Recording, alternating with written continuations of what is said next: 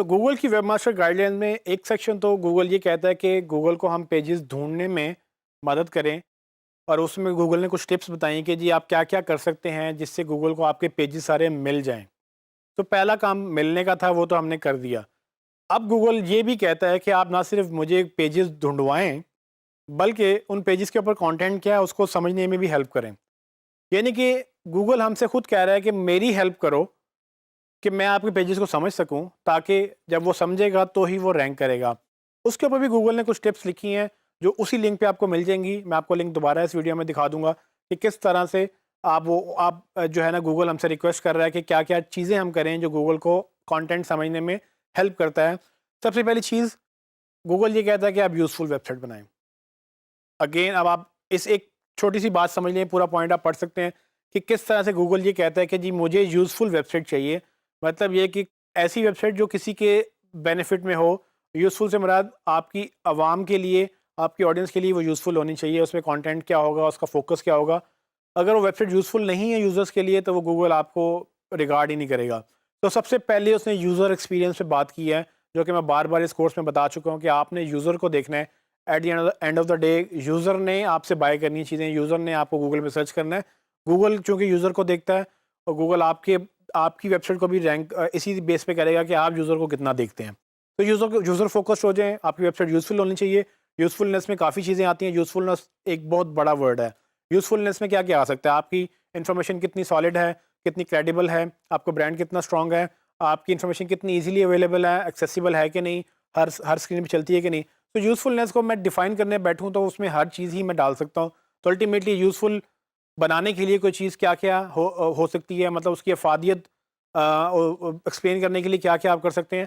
आप वो सब काम करेंगे जो आपकी वेबसाइट को यूज़फुल बनाएगी। उसमें इन्फॉर्मेशन सब चीज़ें गूगल ने मेंशन की हैं। इसकी कोई लिमिट नहीं है, और गूगल ने एक बड़ा डेमोक्रेटिक है कि उसने एक आंसर लिखा है कि आपने इसको यूज़फुल बनाना है। यूज़फुल गूगल के लिए क्या हो सकता है? आप गेस करते रहें और वो चीज़ें इंप्लीमेंट करते रहें। क्या सिक्योर वेबसाइट यूज़फुल है?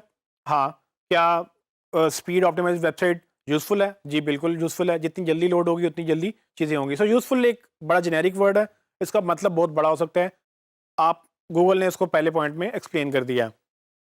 अच्छा, गूगल उसके बाद क्या कहता है कि वर्ड्स यूज़ करें जो लोग गूगल में सर्च करते हैं। सो होगा क्या? अब कीवर्ड रिसर्च क्या है? बेसिकली कीवर्ड रिसर्च यही है कि गूगल खुद आपसे कह रहा है कि वो वर्ड्स ढूँढें जो लोग गूगल में सर्च कर सकते हैं। गूगल ने ये नहीं कहा कि आप टूल यूज़ करें। वो वो हिंट्स दे रहा है कि आपके पेजेस पे वो वर्ड्स होने चाहिए जो लोग सर्च करेंगे। तो जो लोग सर्च करेंगे वो आपके पेज पे होगा ही नहीं, तो गूगल कैसे उसको रैंक करेगा? तो उसको रैंक करने के लिए आपको वो पेजेस पे वो कीवर्ड डालने हैं जो लोग सर्च करते हैं। इन शॉर्ट आपको कीवर्ड रिसर्च करनी है। अच्छी कीवर्ड रिसर्च अच्छी ऐसी होगी। अगर आप कीवर्ड सर्च करके एक प्रॉपर पेज को ऑप्टिमाइज़ करेंगे, गूगल उस पेज को अंडरस्टैंड करेगा और उस कीवर्ड के अगेंस्ट आपके पेज को रैंक करेगा। तो इट्स सिंपल एज़ दैट।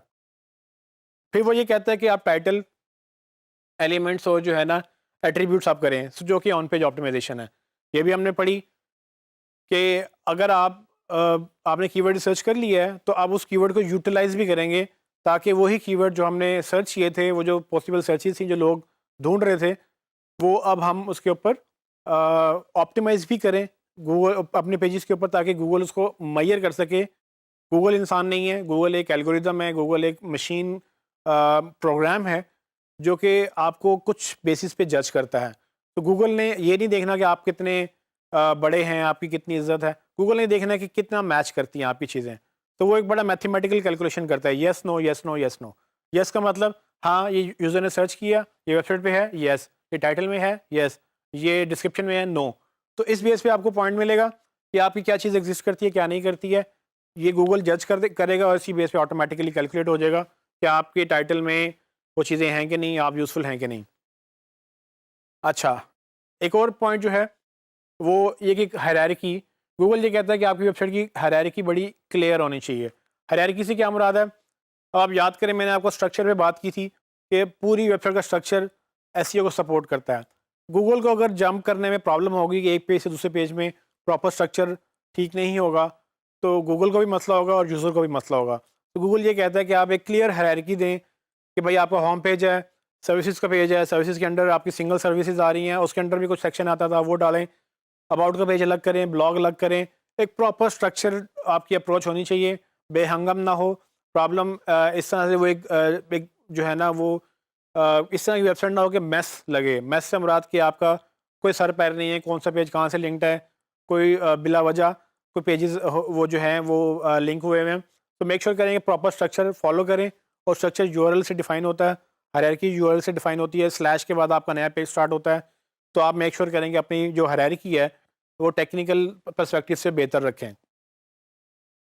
और इसमें हायरार्की मेंटेन करने का एक पॉइंट मैं ऐड कर दूं कि सीएमएस यानी वर्डप्रेस या दूसरे जो सीएमएसेस हैं, मैजेंटो हो गया ई कॉमर्स के लिए, ये प्रॉपर स्ट्रक्चर मेंटेन कर पाते हैं। तो अगर आप वेबसाइट बनवा रहे हैं तो कोशिश करें वर्डप्रेस में बनवाएं। WordPress 30% of the web runs on WordPress, यानी कि दुनिया में 30% जो वेब है वो वर्डप्रेस के ऊपर चलता है। सो वर्डप्रेस सबसे पॉपुलर सीएमएस है आज के दौर में। डिपेंड करता है आप किस तरह की वेबसाइट बना रहे हैं, तो सीएमएस यूज़ करें, चाहे वो मैजेंटो है, अगर ई कॉमर्स है तो मैजेंटो लगा लें।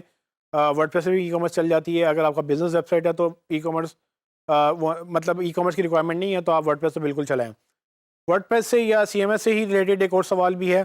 एक और पॉइंट गूगल ये टिप देता है कि भाई आप कोई भी सीएमएस लगाएं, मेक श्योर ये करें कि उसके पेजेस क्रॉलेबल हो। अक्सर सीएमएस वो अलाउ नहीं करते कि वो पेजेस जो है बाय डिफ़ॉल्ट क्रॉलेबल हों। तो ये बड़ी सिंपल सी चीज़ है कि आपने ये देखना है कि क्या वो सीएमएस गूगल पे गूगल को ब्लॉक तो नहीं कर रहा इंडेक्स करने से।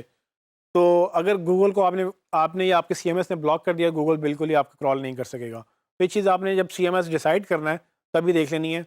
वर्डप्रेस में भी ऑप्शन होती है, आप एक चेक का बटन लगाते हैं, रीडिंग्स के अंदर जाके एक ऑप्शन होती है, जब आप चेक करते हैं वो पूरी वेबसाइट को गूगल से ब्लॉक कर देता है।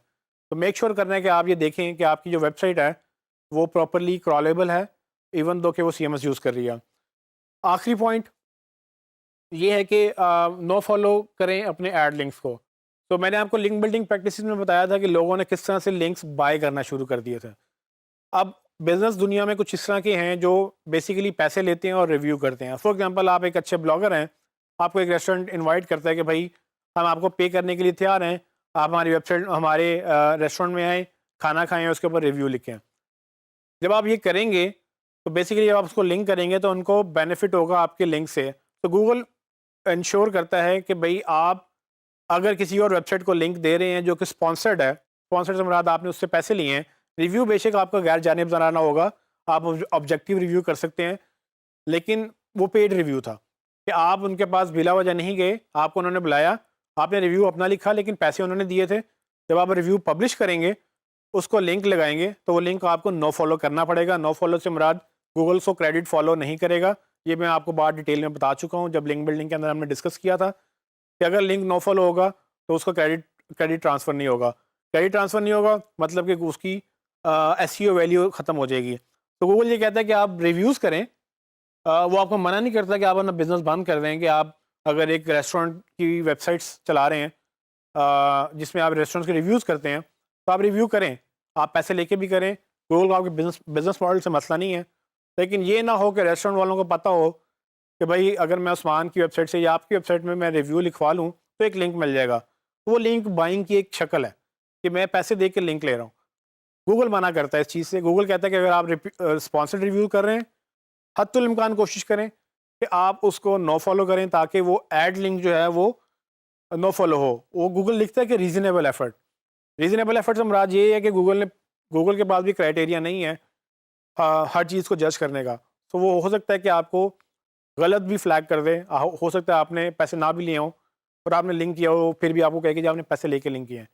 सो मेक श्योर करें कि आप प्रॉपरली नो फॉलो करें अगर आपने बाकायदा पैसे लिए हैं, और आप मेंशन करें कि ये पेड रिव्यू है। अगेन इस लिंक को आप फॉलो करके मज़ीद इसकी गाइडलाइंस पढ़ सकते हैं, और ये जो मैंने आपको मेन चीज़ें थी वो मैंने आपको बता दी हैं।